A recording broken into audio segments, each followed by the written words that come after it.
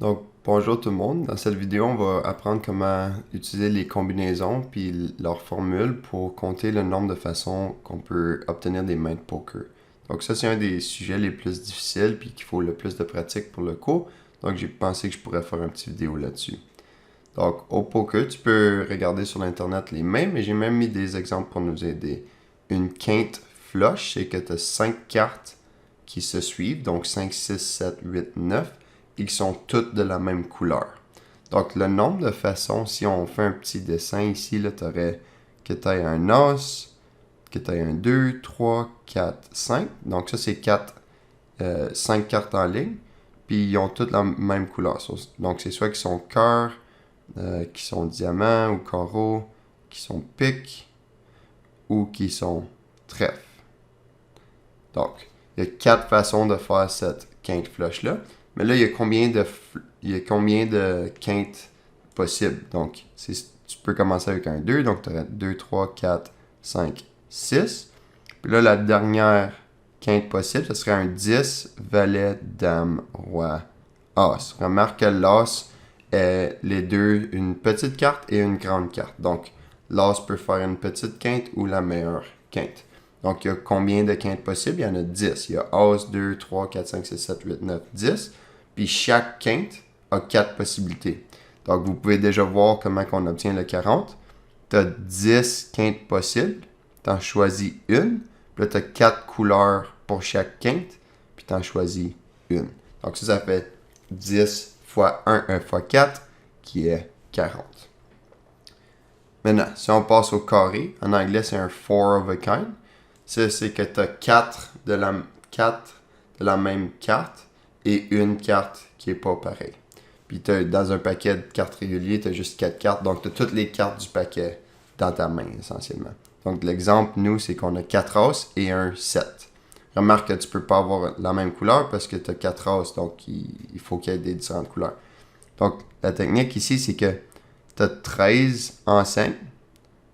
So, on peut, 13 rangs. On peut peut-être réviser ça. Donc, As, où je vais mettre le 2 en premier, c'est 2, 3, 4, jusqu'à 10, valet, dame, roi, As. Ça, c'est 13. T'appelles ça des rangs. Ranks en anglais. OK? Puis là, ici, t'as carreau, cœur, pique, trèfle. T'appelles ça des enseignes. Des suits. Je vais peut-être l'écrire en bas. Ça, c'est 4 suits. La façon de faire ça, c'est toujours de se poser combien de rangs puis combien d'enseignes. Puis là, tu te demandes combien qu'on en choisit. Remarque que le C de combinaison, des fois, on dit 13 choisis combien. Fait que le C, tu peux y penser comme un choisi. Donc, on a 13 rangs. Puis là, pour ton four of a kind, pour ton carré, tu en as juste besoin d'un. Nous, on veut juste l'as, par exemple. Ou on veut juste le 8. Puis on veut les 4 enseignes de ça. Fait qu'il y a 13 rangs. Tu as choisi un pour ton four of a kind. Puis là, tu as 4 enseignes. Puis là, tu en as besoin de 4 as. Donc, tu choisis les 4 enseignes de n'importe quel rang que tu avais choisi. Donc là, maintenant, tu as les 4 cartes pareilles dans ta main. Il te manque une carte aléatoire. Mais là, il te reste juste 12 rangs. Fait que tu as 12 rangs qui te restent. Puis tu en choisis une pour avoir ta 5e carte. Mais là, cette carte-là, par exemple, le 7, ben là, ça pourrait être un 7 de cœur, 7 de pique, 7 de trèfle ou 7 de carreau. Donc, tu as 4 en 5 puis tu en choisis une. Remarque que ici, c'est toutes des multiplications parce que c'est et à chaque fois. Donc, tu as 13 rangs, tu en choisis une. Et cette carte-là a 4 enseignes, tu choisis les cartes. Et il te manque une carte, fait que là, tu as 12 rangs qui restent, tu en choisis une pour avoir ta 5e carte. Puis là, cette 5e carte-là, il y a 4 enseignes, puis tu en choisis juste une parce que tu as juste la place pour une carte. Puis remarque que ici, quand tu fais ça dans ta calculatrice, ça donne 624. Puis ça fait du sens que avoir un four of a kind, c'est plus commun qu'avoir une quinte flush. Puis la probabilité, ben, c'est divisé par le total, ça va toujours être. Tu as 52 cartes, puis tu en choisis 5. Donc quand tu divises 624 par ce grand nombre-là, je pense que c'est 2 millions, quelque chose. ça donne 0,02%. Donc, ces mains-là sont très, très rares. Okay? Ici, c'est une full house. Donc, full, c'est que tu as 3 cartes pareilles et une paire. Donc, tu as 2 10 et 3 rois. Ou par exemple, tu aurais 3 10 et 2 rois ou 3 as et 2 dames. Quelque chose comme ça. Donc, n'importe quand que tu as 3 cartes pareilles et une paire, ben là, on a une full house. OK? Fait qu'on a un paquet de 3 puis un paquet de 2. Donc, ici, j'ai 13 rangs. J'en choisis une pour mon paquet de 3. Puis là, j'ai 4 enseignes. Pour un paquet de 3, ben, il faut que j'en choisisse 3. Et, donc une multiplication. Puis là, il me reste 12 rangs. J'en choisis un pour ma paire. Puis là, j'ai 4 enseignes. Puis j'en choisis 2 parce qu'il faut que ça me donne 5 cartes. Fait que j'en avais choisi 3 la première fois. Puis là, j'en choisis 2 pour ma paire. Puis quand on pitonne ça dans notre calculatrice, ça donne 3744 ou 0,14% du temps. Donc maintenant, on passe aux couleurs, qui est une flush en anglais. Ça, c'est quand tu as 5 cartes qui ont la même enseigne. Donc, ça serait 5 trèfles, ou 5 cœurs, ou 5 carreaux, ou 5 piques. Donc, remarque que chaque carte a besoin d'avoir un différent rang, sinon tu aurais des paires ou d'autres choses. Donc, tu as 13 rangs, puis tu en choisis combien? Ben, ils sont tous différents. Donc, tu dois choisir 5 différents rangs. Et là, chaque carte a la même enseigne. Donc, tu as 4 enseignes, puis tu en choisis simplement une. Donc, voilà.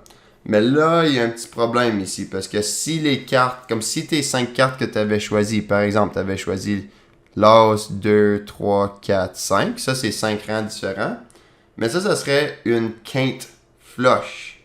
Ça serait une quinte de couleur. Donc, il faut soustraire nos 40 quintes flush qu'on avait calculées à la première rangée. Fait que quand tu fais ça dans ta calculatrice, ça te donne 5108 ou 0,2%. Puis encore, remarquez que c'est toujours un peu plus commun. Le chiffre est plus grand à chaque rangée qu'on fait. Maintenant, là, on regarde juste une quinte qui est une straight, sur 5 cartes de suite. Puis remarque qu'ils ne peuvent pas avoir la même couleur. Donc, pour avoir 5 cartes de suite, on avait vu que, je vais le dessiner dans une autre couleur, là. On a l'as, 2, ça serait as, 2, 3, 4, 5, 2, 3, 4, 5, 6, jusqu'à 10, valet, dame, roi, as. Donc, on avait vu qu'il y avait 10 façons. Donc, encore, c'est 10, t'en choisis une. Mais là, chaque carte a une enseigne. Donc, la première carte, tu aurais 4 choisis 1. Puis là, la deuxième carte, tu as 4 choisis 1 aussi. Fait que là, quand tu as 5 cartes, tu serais fois 5 fois. Ou tu pourrais mettre exposant 5. Mais oublie pas que maintenant, on a la possibilité que nos cartes sont toutes de la même enseigne. Donc, par exemple, si tu avais choisi cœur par hasard 5 fois, ben là, il faut soustraire nos quintes qui sont aussi des flushs. Donc, encore, on fait le moins 40. Parce qu'il faut t'enlèves la possibilité de compter 2 fois, là, ici. Donc, quand tu pitonnes ça, ça devrait donner 10 fois 4 à la 5, moins 40, qui est 10 200, ou 0,39%. Donc, un brelan, c'est un 3 of a kind. Donc, c'est quand tu as 3 cartes pareilles, 3 rangs pareils, et 2 cartes qui ne sont pas pareilles. Si elles étaient pareilles, ça serait une full house. OK? Donc, un brelan, c'est un 3 of a kind, en autre mot.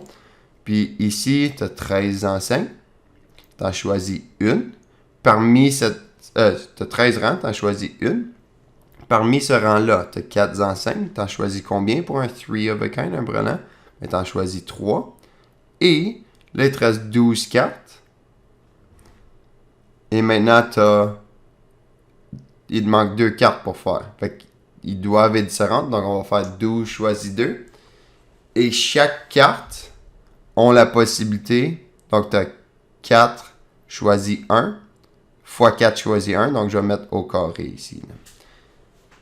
est-ce que c'est possible d'avoir un brelan qui se suit, qui fait une quinte? Non. Est-ce que c'est possible d'avoir un brelan qui ont toutes la même couleur? Non, parce que tu as 3 fois la même carte. Donc, quand tu pitonnes ça, on n'a pas besoin d'enlever rien.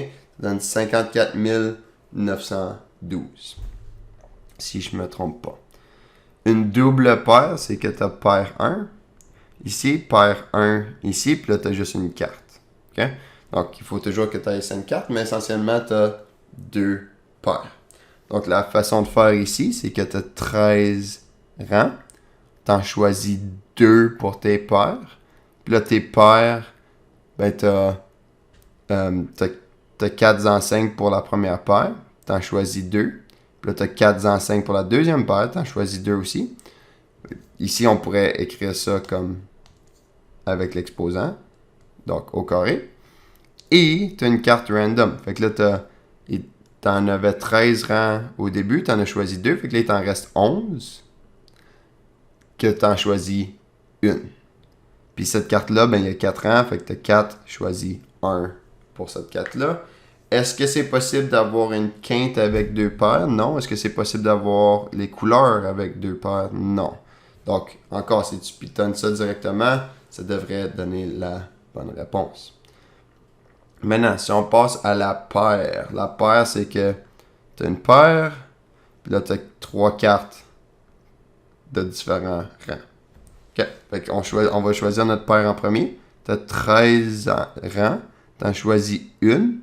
Tu as 4 enseignes, tu en choisis 2. Fait que ça serait notre paire ici. Puis là, tu choisis 3 cartes. Fait qu'il te reste 12 rangs. Tu en choisis 3. Puis là, chacune de ces cartes-là, tu as 4 enseignes, puis tu en choisis 1. Donc, ça serait à la 3. Puis quand que tu pitonnes ça te donne la réponse directement. Encore, c'est impossible d'avoir une quinte ou d'avoir les couleurs avec ça, parce que tu as ta paire ici. Maintenant, on a la carte haute qui est un peu plus difficile à calculer, parce que la carte haute, c'est que tu as 5 cartes différentes. Tu n'as pas de paire. Donc, ça serait ta meilleure carte, ça serait le roi dans cet exemple ici. Là. Donc, tu as 13 rangs. Tu en choisis combien? Ben, tu as 5 rangs différents. Puis, chacune de tes cartes ont 4 enseignes. Puis, tu en choisis une. Donc, ça serait à la 5.